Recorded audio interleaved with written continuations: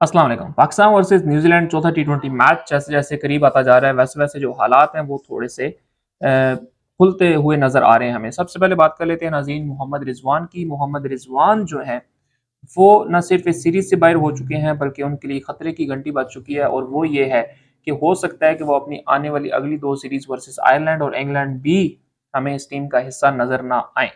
वो उनकी भी कुछ इंजरी इस हालत पे पहुंच चुकी है कि शायद उनको अगली दो सीरीज के अंदर भी रेस्ट दिया जाएगा। और आज जो है वो हसीबुल्ला ने as a wicket keeper Pakistan team को ज्वाइन कर लिया है, क्योंकि पहले आजम खान इंजर्ड हुए, फिर मोहम्मद रिजवान जो है वो सीरीज से बाहर हो चुके हैं। उस्मान खान से हमने लास्ट टाइम विकेट कीपिंग करवाई थी, लेकिन डेफिनेटली वो उस तरह के प्रॉपर जो है वो विकेट कीपर नहीं है, जिस वजह से हसीबुल्ला को सिलेक्ट किया गया है। तो अब अगर हसीबुल्ला को खिलाया जाता है तो उसकी जगह डेफिनेटली जो है वो फखर जमान को कुर्बानी देनी पड़ेगी, और फखर जमान जो है वो अपने चौथे मैच के अंदर भी इस चीज़ का हिस्सा नहीं होंगे। उसके अलावा ऐसी बात करूँ उस्मान खान की, तो उसके साथ थोड़ी सी यहाँ पे जो है वो गलत स्ट्रेटेजी अपनाई जा रही है। उसका अगर आप रिकॉर्ड देखें तो वो पहली तीन पोजीशन के ऊपर डिफरेंट है और नंबर 4 के ऊपर जाके डिफरेंट है। पहली तीन पोजीशन के ऊपर उस बंदे का जो स्ट्राइक रेट है, वो जो एवरेज है वो कम से कम 50 की है, और सिर्फ एक नंबर नीचे आने पे नंबर 4 के ऊपर उसकी जो एवरेज है वो 20 के ऊपर आ जाती है। यानी कि इतना ज़्यादा डिफरेंस है। लेकिन प्रॉब्लम यहाँ पे क्या आ रही है? प्रॉब्लम ये आ रही है कि देखें आप इस चीज़ के ऊपर आके खड़े हो चुके हैं कि आप उस्मान खान को इस तरह से अब टीम से बाहर नहीं कर सकते। आपको उसको प्रॉपर चांस देना पड़ेगा, उसके नंबर्स के ऊपर उसको खिलाना पड़ेगा, तब जाके आप उसके बारे में कोई फैसला कर सकते हैं। उस बंदे ने पीएसएल के अंदर सबसे पहले परफॉर्म किया, फिर उसने आपके लिए जो है वो एक कुर्बानी दी। यूएई के अंदर जो उसका कैरियर बन चुका था, उसने उस कैरियर को छोड़ा, वहां से बैन हुआ और वो आपके पास आया। अब आप उसके साथ ज्यादती ये कर रहे हैं इंतहाई माजरत के साथ के बाबर आजम अपना नंबर छोड़ने को तैयार नहीं है, मोहम्मद रिजवान अपना नंबर छोड़ने को तैयार नहीं है, तो उस्मान खान फिर जो है वो टॉप 3 के ऊपर कैसे आएगा? अगर तो सीनियर्स प्लेयर की इसी जिद और अना के अंदर उस्मान खान का कैरियर तबाह हो जाता है, तो मेरे ख्याल में ये पाकिस्तान सबसे बड़ी ज्यादती करेगा एक अपने प्लेयर के साथ जो कि डिजर्व करता था अपना नंबर और अपनी पोजीशन। लेकिन अब देखना यह है कि देखें मोहम्मद रिजवान तो सीरीज से बाहर हो चुके हैं, तो अब ये पॉसिबल है कि अगले मैच के अंदर जो है वो उस्मान खान को नंबर 3 के ऊपर भेजा जाए। उसके बाद देखेंगे जी उस्मान खान जो है वो अपनी परफॉर्मेंस नंबर 3 के ऊपर जिस तरह से उनकी है 50 की एवरेज, क्या वो उसको बरकरार रख सकते हैं या नहीं रख सकते। फिर उसके बाद आप एटलीस्ट जो है वो उसको वहां पर भी प्रॉपर चांस देने के बाद उसके ऊपर कोई बात कर सकते हैं, वरना आप कोई बात उसके ऊपर नहीं कर सकते। वरना देखिए अगर आप उसके लिए अपना नंबर नहीं छोड़ते तो ये सारी कहानी वहां पे जाके शुरू होगी 2023 के वर्ल्ड कप में, जहाँ पे खत्म हुई थी। ये बातें, ये हमारी जो पोजीशन बनती जा रही है ये वापस उधरी जाती जा रही है।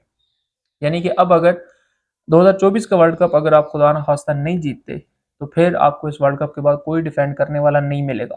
फिर आपके लिए डिफेंड करना बड़ा मुश्किल हो जाएगा। 2023 के अंदर जो मसले मसाइल थे वो सबको पता है। अपनी मर्जी के लड़के खिलाए गए, फ्लॉप लड़के जो बिल्कुल परफॉर्म नहीं कर रहे थे उनको फिर भी चांस दिया गया।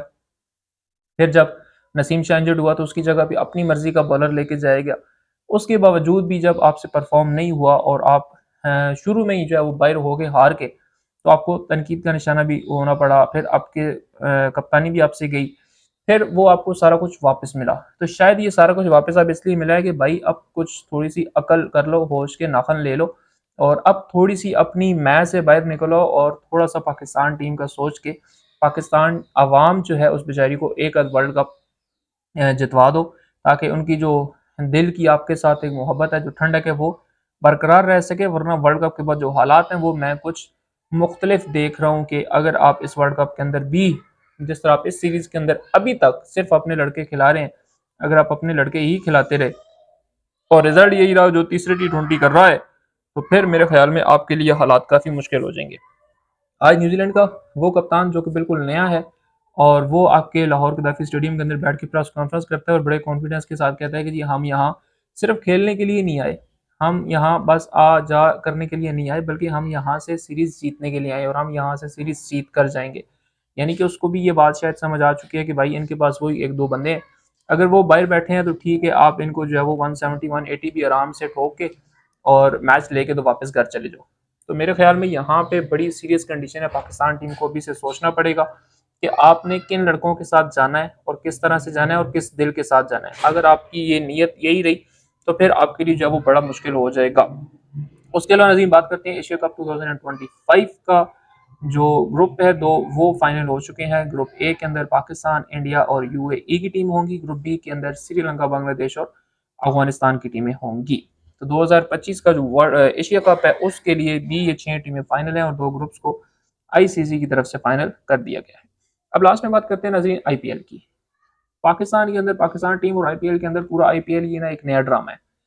यानी वहां पे इतनी बैटिंग पिचेस हमने बना दी हैं कि हम 210 रन भी बनाते हैं तो कोई भी एक अंग्रेज आता है और अंग्रेज आके हमारे साथ वो हशर करता है जो उन्होंने हमारे साथ जो है वो 1947 में किया था। यानी वो उसका जिसको दिल करता है वो कुट के चला जाता है, जिसको उसका दिल करता है वो तोड़ के चला जाता है, कोई उसको रोकने पूछने वाला नहीं है। कल भी यही हुआ नाजरीन, पहले ट्रेविस हेड ने जितना उसका दिल किया उसने उनको मारा, यानी कि एक बैट से आखिर कितना मारा जा सकता था उसने उतना उनको मारा। फिर कल जो वो स्टोनिस के हाथ चढ़ गए चेन्नई सुपर किंग वाले, और उसको नीली वर्दी से एलर्जी थी, इसको पीली वर्दी से एलर्जी है। कल इसने जी 59 बॉल्स के ऊपर 124 रन बना दिए। आखिरी ओवर के अंदर 17 रन रहते थे जो कि उसने 3 गेंदों पर पूरे करके जान छुड़वा दी कि चले जी मुझे और भी बहुत से काम है। अब चेन्नई सुपर किंग जो वो टॉप 4 से बाहर हो चुकी है। लखनऊ की टीम जो है वो टॉप 4 के अंदर 10 पॉइंट्स के साथ आ चुकी है। आज का जो मैच है नाजरीन वो है दिल्ली वर्सेस गुजरात। यहाँ पे गुजरात की टीम बड़ी स्ट्रांग है, दिल्ली की टीम इतनी स्ट्रांग नहीं है और गुजरात की टीम को इस चीज़ का बखूबी अंदाजा है कि अगर हमने ऊपर रहना है तो उसके लिए हमें आज का मैच जीतना ज़रूरी है। लेकिन मैं इससे ज़्यादा बात करूंगा कल होने वाला मैच, जो कल मैच होगा। कल मैच कौन सा हो जाएगी? सनराइजर हैदराबाद और आरसीबी रॉयल चैलेंजर बेंगलुरु। यानी कि सनराइजर हैदराबाद वो टीम है जो टॉस के टाइम बता देती है कि भाईजान आज हमारा जो है ना वो कम से कम ही 260 270 मारने का मूड है, और वो फिर अगली टीम को मार देती है। और आरसीबी वो टीम है कि जो अभी तक दिल से लगा के बैठी है 10 नंबर की पोजीशन को कि जी 10 नंबर की पोजीशन तो बड़े मजे की पोजीशन है जी, यहाँ तो बड़ा पुरसकून माहौल होता है, कोई आवाज़ नहीं आती, कोई कुछ नहीं होता। यानी कि सबसे आखिर में बैठे हैं बड़े पुरसकून तरीके के साथ, नीचे चटाई लगा के जो है वो बैठा हुआ है आरसीबी की टीम इस टाइम। और सनराइजर हैदराबाद इस टाइम जो है वो दूसरे तीसरे नंबर के ऊपर आके कभी दूसरे पे जा रहा है स्ट्राइक रेट की वजह से, कभी तीसरे पे जा रहा है।